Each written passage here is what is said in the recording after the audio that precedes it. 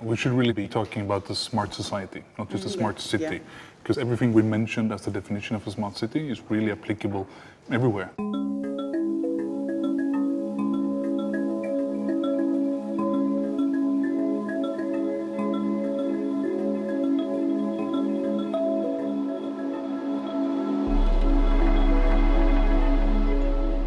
You know, I was probably destined in some way to be a futurist because I love sci-fi. I absolutely love sci-fi, and it's Star Trek, all of them. Me too. You know, and I used to watch these shows, get totally absorbed in them, and think this is a way that they're introducing new ideas to us. Yeah. And when I used to say that to people, they say conspiracy theory, but actually there is this responsibility for all sorts of organisations To model and hypothesize. Yeah, and to do, you know, to create these narratives and these stories, not necessarily always utopian futures or dystopian futures, but this is introducing technology. So if somebody, you know, they've got a tricorder, mobile phones.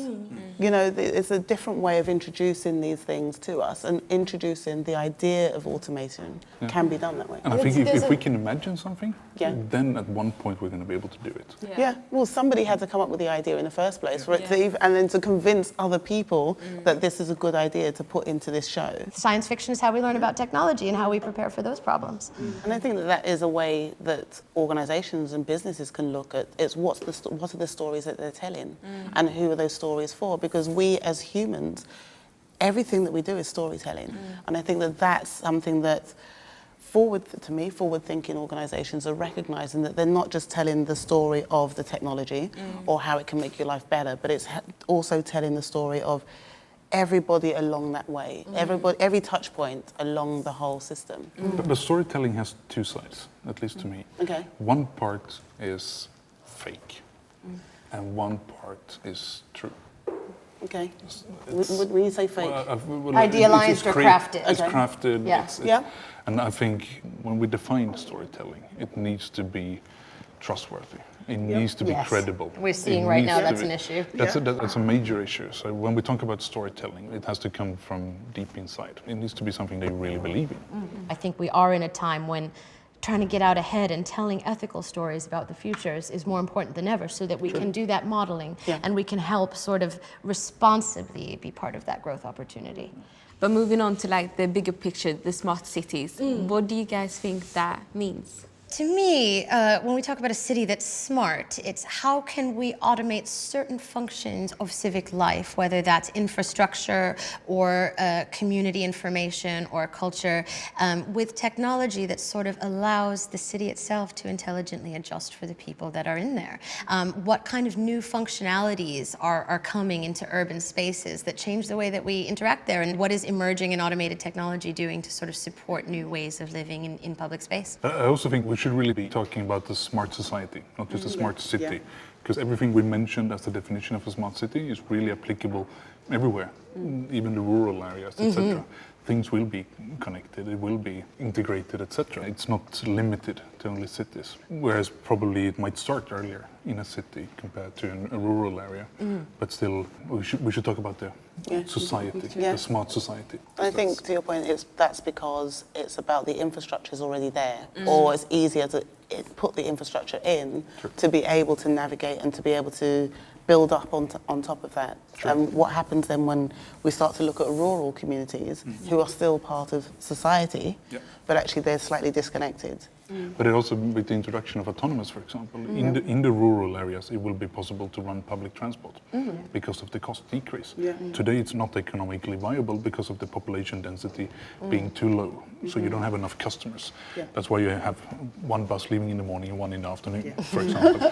And you need a pretty big bus, and you need to batch people together. But once you introduce autonomous, you could be running smaller buses, maybe 2 or 3 in the morning. What we want to achieve here through this future vision of technology is just increasing access, increasing opportunity, reducing friction, and therefore more equal spread of resources, whether you're in a city or in a rural environment. It's challenging, right? Because we can't think of any kind of infrastructure or architectural format that's going to meet all needs, because we don't all have the same needs. But we need to include everyone into it. And when I look at the transport system today, I can see that large parts of the population are not part of the transport system. My children, who are in the age of 8 and 11, and also older people or disabled people, etc.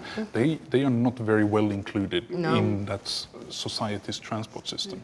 Autonomous vehicles will be able to provide transport to my children or to my grandparents, etc., and the disabled, which means that we will add mobility where we have restrictions today, because I am the transportation need of my children today, and I would be very happy to not always be the transportation solution for them. Did you just do your whole job to solve your own personal commuting problems? Now, I love taking my kids to school, but I'm sorry, I'm just because kidding. there's a social factor of it as well. Well, but it is true that the it is. problems that we want to solve through futurism are personal. And Yes, that exactly. is what They we are. have to think about Exactly. when we're imagining cities. I think there definitely needs to be a neuroscience approach to understanding the future of cities, you know, and smart cities, because we're not robots. Well, although some people, you know, the way that, but the way that some people have an addiction to certain technologies, you know, we are in a sense becoming robots. But I think that if we are going to talk about future smart societies, not just smart cities, we have to take on those nuances of the human condition, of how we operate and how we move. But I think also looking at not only how smart we move, but also how sustainable are we in our move. And what can we do with the space we have? We've been Exactly. talking about vertical gardens and urban farming. Is that something that you all have thought about? We have been responsible for destroying a lot of the natural environment, and we build up these cities, and instead of going, you know, out, we're going up and on top of each other. And, you know, people starting to talk about flying cars. I mean, the Jetsons, I had no idea, but drones and all these different things. And then suddenly we're going, okay, oh, sugar, we've forgotten about grass. We need greenery.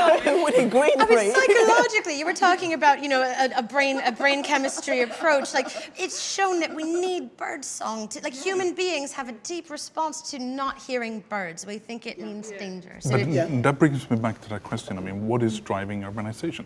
Because once we urbanize, it seems like we want to bring nature to city. Exactly. Yeah. So what about if we can bring people from the city to the nature instead, but still have the benefits of the smart society? yeah, we keep thinking this is going to be urbanization, everyone going to the city. Exactly. But maybe we have the infrastructure to enable us to live sustainably outside cities. But I think that's why we I have think the so rise too, of yeah. digital nomads. You know, of people opting out of a particular city to live this quite transient life because they want to sit on the beach in Bali and have good Wi-Fi and be able to, you know, log on. There is this inherent human desire to be in nature. When you think about your city, you know, what are the sort of important functions there, and how would you sort of imagine them, a future version of that? So in Stockholm, you obviously have the city centre, but when you look at the transport system, so you have all the underground lines going through the city centre, which obviously makes sense if you're going abroad or you're traveling like further or whatever, but it doesn't encourage people to move around the city centre. You have to go through to then change to go to the west or to the east or wherever it is. And I think for me, the future cities would allow people to be more free in their movement. So it's difficult to go from one suburban area to another one. And that's where we use the passenger car today. And that's a problem that we need to solve, because all the train lines, all the trunk, all the feeding goes towards the city centre. But In light the of that, what could the future problem solving around that start to look like? I think we have to start with the sustainable society. It needs to be sustainable living conditions. And historically, cities have not been very sustainable. So that should be first of the agenda. And then we should provide transport, both people transport and goods transport, to the needs of the people that are in there. And with the introduction, in this technology shift that's happening with autonomous, connected and electrified, it will enable a different type of transport system. As we mentioned before, buses will become smaller, which means that they can operate in a more frequent, more direct situation. They can operate where the population density is lower, which means that public transport becomes a viable option to the passenger car. In my future city, transportation is available for me when I need it. And it takes me from where I am to where I want to go. Today, a lot of times I have to walk, I have to change, I have to wait, and I have to walk again. That's typical But transportation. is that a reality that everybody who needs transport when they need it will be able to access it? I think that should be the vision. That should be the That target. should be the aim. It's a resource optimized system today, and we need to create a flow optimized and sustainable transport system. That's what we're about to do right now. That's the purpose.